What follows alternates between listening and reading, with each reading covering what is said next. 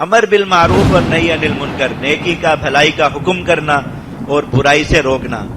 ایک تو اس کا عام مفہوم ہے جو ہمارے ہاں استعمال ہوتا ہے کہ آپ کسی کو کوئی نیک کام کرنے کا کہہ دیں، کسی کو کسی برائی سے روک دیں، یہ ایسے ظاہری طور پر اس کو امر بالمعروف اور نہی عن المنکر کہا جاتا ہے، لیکن امر اور نہی کا جو مطلب ہے وہ اس پر صادق نہیں آتا۔ امر کا معنی ہوتا ہے حکم کرنا اور نہی کا معنی ہوتا ہے کسی کام سے روکنا۔ یہ کسی کو زبانی یہ کہنا کہ تم فلاں کام کرو اور وہ آگے سے کہے کہ نہیں کرتا، تو آپ آگے سے اس کو کچھ بھی، یعنی رد عمل کی طاقت نہ ہو آپ کے پاس کہ آپ اس پر کوئی رد عمل دے سکے، یہ کہنا امر نہیں کہلاتا۔ اور اسی طرح کسی کو کسی کام سے روکنا اور اگر وہ نہ رکے تو آپ اس کا کوئی رد عمل اس پر ظاہر نہ کر سکیں، اس کو نہی نہیں کہتے۔ امر اور نہی اس حکم کو کہا جاتا ہے جس کے انکار پر رد عمل کی طاقت موجود ہے۔ میں آپ کو ایک مثال دیتا ہوں۔ استاد اگر اپنے شاگرد کو کہے کہ یہ کام کر دو، اس کا یہ کہنا امر ہوتا ہے یا نہیں؟ اور اگر شاگرد استاد کو کہے استاد جی میرا یہ کام کر دیں، اب کہے تو وہ بھی یہی الفاظ رہا ہے نا، اس کا یہ کہنا امر ہے؟ کیا فرق ہے؟ الفاظ تو ایک ہی ہیں۔ باپ اگر بیٹے کو کہے کہ یہ کام کرو، اس کا کہنا امر ہے۔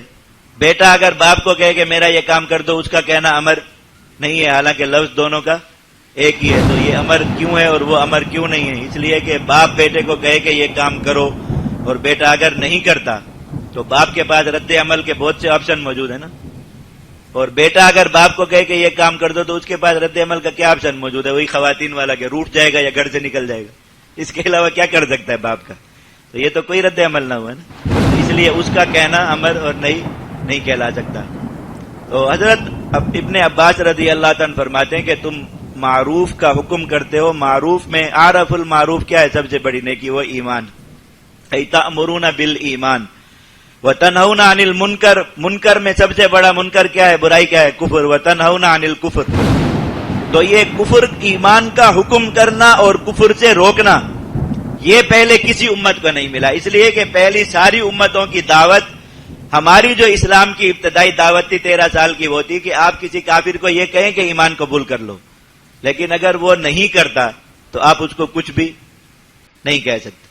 یہی بات ہے نا تھا کہ دین نصرانیت میں تو یہ تھا کہ اگر وہ تھپڑ مار دے اس بات پر تو دوبارہ دعوت دے کے ایک تھپڑ اور کھا لو، تاکہ دونوں طرف کا وہ برابر ہو جائے، تکلیف برابر ہو جائے۔ ایک طرف لگا ہو دوسری طرف نہ لگا ہو تو تکلیف ہوتی، انسان کو عجیب سی خارش محسوس ہوتی، تو دونوں طرف برابر ہو جائے، یہ بات۔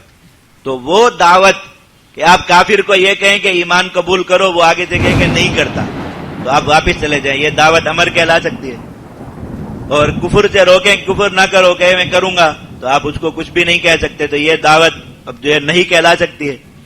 لیکن آپ جب کسی کو ایمان کی دعوت دیں اور کہے کہ نہیں مانتا، تو آپ کے پاس آگے مزید کچھ ہے کہ پھر جزیہ دو، یعنی حکومت ہماری ہوگی اس کے تحت ہوگی، اگر وہ بھی نہیں مانتا پھر کیا کریں گے؟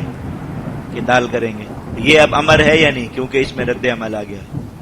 تو انہوں نے اس لیے اس آیت کے ذیل میں حضرت ابن عباس رضی اللہ عنہ فرماتے ہیں کہ تم تأمرون بالایمان وتنہون عن الکفر وتقاتلونہم علیہ، اور اسی کے اس میں انہوں نے نبی کریم صلی اللہ علیہ وسلم کی روایت پیش کی، امرت ان اقاتل الناس حتی یقولوا لا الہ الا اللہ، کہ مجھے حکم دیا گیا کہ میں لوگوں کو ایمان کی طرف بلاؤں اور اگر وہ نہ مانے تو ان کے خلاف اس پر قتال کروں۔ تو اب یہ دور، یہ دعوت چونکہ پیچھے کسی بھی امت کو نہیں ملی، حتیٰ کہ اس امت کو بھی ابتدائی زمانے میں نہیں ملی، بعد میں ملی، تو وہ فرماتے ہیں کہ اس امت کے خیر امت ہونے کی یہ وجہ ہے۔